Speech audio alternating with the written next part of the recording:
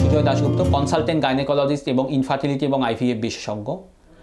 আজ আমরা যেটা আলোচনা করব, আপনার যদি বন্ধ্যাত্ব থাকে এবং তার সাথে আপনার চকলেট সিস্ট বা এন্ডোমেট্রিওসিস থাকে তাহলে কি করবেন? ল্যাপারোস্কোপি করবেন নাকি আইভিএফ করবেন? আপনারা আমাদের আগের ভিডিওগুলো থেকে নিশ্চয়ই জানতে পেরেছেন যে আইভিএফ করবেন না ল্যাপারোস্কোপি করবেন সেটা ডিপেন্ড করছে কতগুলো সিস্টেমের ওপর।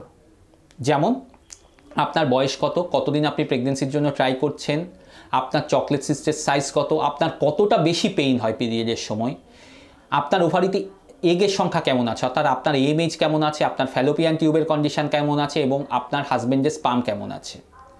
কারণ একটা জিনিস মনে রাখতে হবে, ল্যাপারোস্কোপি করে আপনার ব্যথা কমতে পারে, ল্যাপারোস্কোপি করে নিজে থেকে প্রেগনেন্সি আসার চান্স বাড়তে পারে, কিন্তু আপনার যদি কোনো কারণে আইভিএফ দরকার হয় তাহলে ল্যাপারোস্কোপি করে কিন্তু আইভিএফের সাকসেস রেট বাড়বে না। অর্থাৎ যদি আপনার ফ্যালোপিয়ান টিউব ব্লক থাকে, আপনার হাজব্যান্ডের স্পার্মের কন্ডিশন ঠিক না থাকে, আপনার এগ কাউন্ট ভালো না থাকে, তাহলে আপনার আইভিএফ দরকার। সেক্ষেত্রে কিন্তু ল্যাপারোস্কোপি করে কোনো লাভ হবে না, বরং ক্ষতি হতে পারে।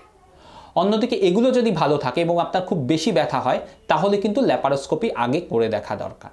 অতএব চকলেট সিস্ট বা এন্ডোমেট্রিওসিস থাকলে ল্যাপারোস্কোপি না আইভিএফ করবেন সেটা কিন্তু জাস্ট চকলেট সিস্টের সাইজ দেখে কিন্তু বিচার করা যাবে না। এটার জন্য আমাদের অনেক কিছু ফ্যাক্টর দেখতে হবে এবং সেটার জন্য আপনাকে কিন্তু ডাক্তারের সাথে ভালো করে বিভিন্ন অপশান নিয়ে ডিসকাস করতে হবে। আমাদের ভিডিওটা ভালো লেগে থাকলে লাইক এবং শেয়ার করবেন। আমাদের সাথে যোগাযোগ করতে হলে ফেসবুক পেজ বা ইউটিউব চ্যানেলের মাধ্যমে যোগাযোগ করুন।